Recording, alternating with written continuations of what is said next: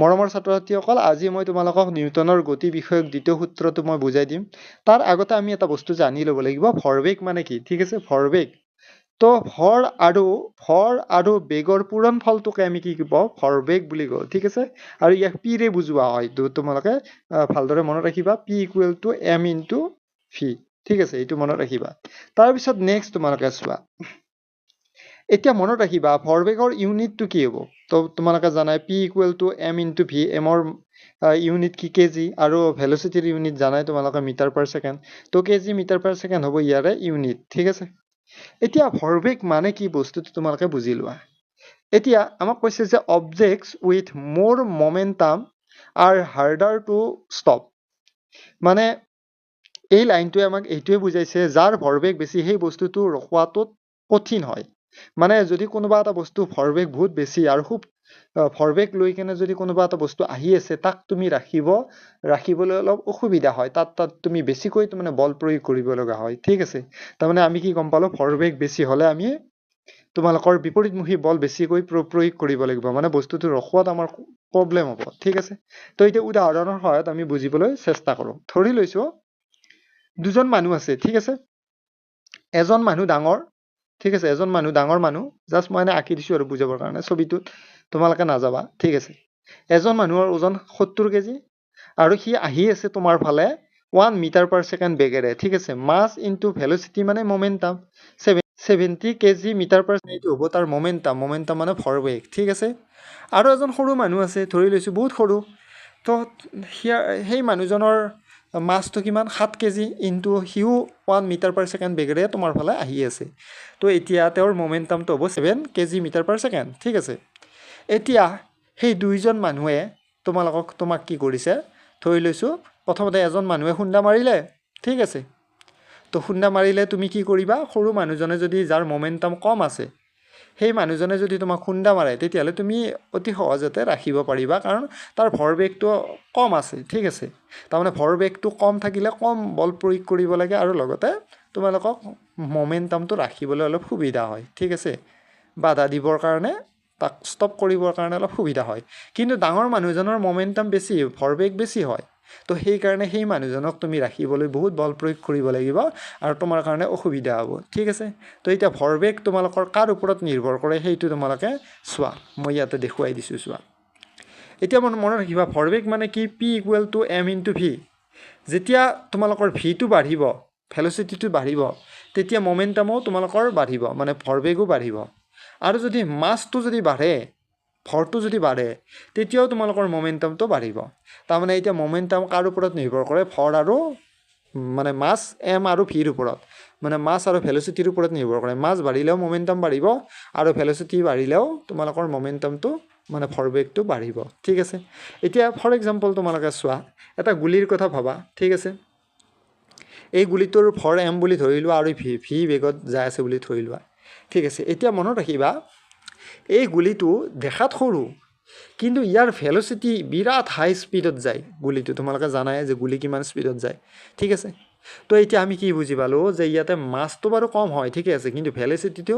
ইয়াত বেগটো বহুত বেছি হয় তো সেইভাবে ইয়াতে মোমেন্টাম বহুত বেছি হয় আৰু এনেকুৱা মোমেন্টাম যুক্ত তোমালোকৰ গুলি আমাৰ মানুহে বডিয়ে ৰাখিব নোৱাৰে বডিটোত সোমাই যায় ইমান স্পিডত আহে ইমান তাৰমানে মোমেন্টাম লৈ আহে যে সেই মোমেন্টামটোক আমাৰ বডিয়ে ৰাখিব নোৱাৰে আমাৰ একদম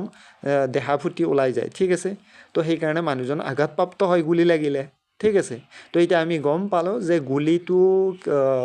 গুলিটোৱে কিয় তোমালোকৰ অপকাৰ কৰিব পাৰে এতিয়া মনত ৰাখিবা গুলিটোৰ যদি আমি ভেলোচিটিটো বহুত কমাই দিলো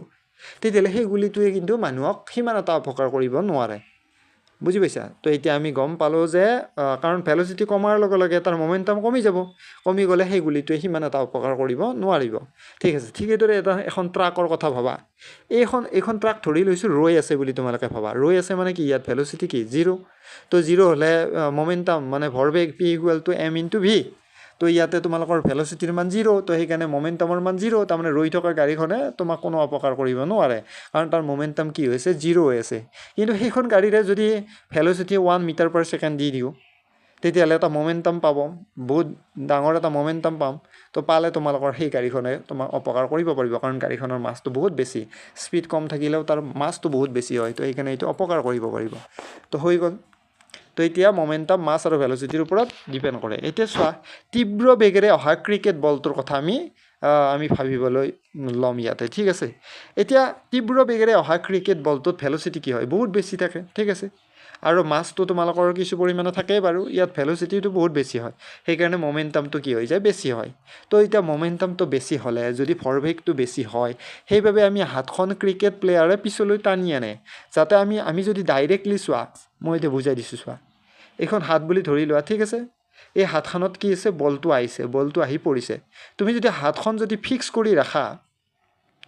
ঠিক আছে, যিহেতু বলটোৰ মমেণ্টাম বহুত বেছি হয়,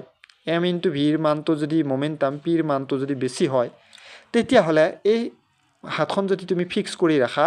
তেতিয়াহ'লে ডাইৰেক্টলি বলটোৱে তোমাৰ হাতত খুন্দা মাৰিব। মাৰিলে সেই হাতখনে তোমালোকৰ কম সময়ৰ ভিতৰতে বহুত বল প্ৰয়োগ কৰিব লাগিব বলটো ৰাখিবৰ কাৰণে, সেইকাৰণে হাতখনে আঘাতপ্ৰাপ্ত হ'ব। কিন্তু আমি যদি বলটো যেতিয়া আহে আমি ধৰিবলৈ লওঁ, তেতিয়া আমি যদি বলটো যদি আমি হাতখন যদি অলপ পিছুৱাই আনো, ক্ৰিকেট তোমালোকে খেলি পাইছে, তোমালোকে জানাই যে বলটো ধৰোঁতে যদি হাতখন পিছুৱাই আনো, তেতিয়াহ'লে সেই মমেণ্টামটো আমি লাহে লাহে কমাই আনিলোঁ, ঠিক আছে। তো সেই মমেণ্টামটো, সেই যিটো আমি মমেণ্টামৰ যিটো চেঞ্জ আছে, চেঞ্জ অফ মমেণ্টামটো আমি জানো নিউটনৰ সূত্ৰ মতে, দ্বিতীয় সূত্ৰ মতে, force equal to del P by del T. আমি যদি টিৰ মানটো যদি বঢ়াই দিওঁ, তেতিয়াহ'লে এই টাৰ্মটোৰ তোমালোকৰ কি হৈ যাব, মানটো বহুত কি হ'ব, কমি যাব। কমি যোৱা মানে ফ'ৰ্চটো কি হ'ব, কমি যাব। সেইকাৰণে যদি আমি ক্ৰিকেট বলটো যদি আমি পিছলৈ টানি আনো, তেতিয়াহ'লে তাত কম বল প্ৰয়োগ কৰিব লাগিব আৰু হাতখনে বেছি আঘাত নাপায়। কিন্তু যদি আমি একদম হাতখন যদি বলটো আহিলে যদি ফিক্স কৰি ৰাখোঁ, তেতিয়া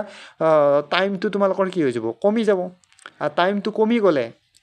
কম সময়ৰ ভিতৰত যদি বলটো ৰাখিব বিচাৰোঁ, তেতিয়াহ'লে টাইমটো কমি গ'লে এই টাৰ্মটো বহুত ডাঙৰ হৈ যাব, তেতিয়া বল বেছি প্ৰয়োগ কৰিব লাগিব, আৰু তেতিয়াহ'লে বিপৰীতমুখী বল বেছি প্ৰয়োগ কৰিব লাগিব, কৰিলে বলটো তোমালোকে ধৰিলে বহুত দুখ পাবা, ঠিক আছে। তো এতিয়া ইয়াতে তোমালোকৰ নিউটনৰ দ্বিতীয় সূত্ৰটো জড়িত হৈ আছে। এতিয়া আমি ভালদৰে পঢ়িম দ্বিতীয় সূত্ৰটো কি হয়। এতিয়া মনত ৰাখিবা, আমাক গতি বিষয়ক দ্বিতীয় সূত্ৰটো আমি পঢ়িব লাগিব। এতিয়া চোৱা, এটা বস্তুৰ ভৰবেগৰ পৰিৱৰ্তনৰ হাৰ বস্তুটোৰ ওপৰত প্ৰয়োগ কৰা বলৰ সমানুপাতিক, আৰু ভৰবেগৰ পৰিৱৰ্তনৰ দিশ বলৰ দিশত হয়। তো এতিয়া তোমালোকে চোৱা, আমাক ইয়াতে মই এটা লাইন লিখি দিছোঁ, সেইটো মনত ৰাখিবা। বল হৈছে ভৰবেগৰ পৰিৱৰ্তনৰ হাৰ, force is the rate of change of momentum বুলি কয়। এতিয়া নিউটনৰ দ্বিতীয় সূত্ৰ মতে কি কৈছে, যিটো ফ'ৰ্চ আছে, সেইটো ফ'ৰ্চটো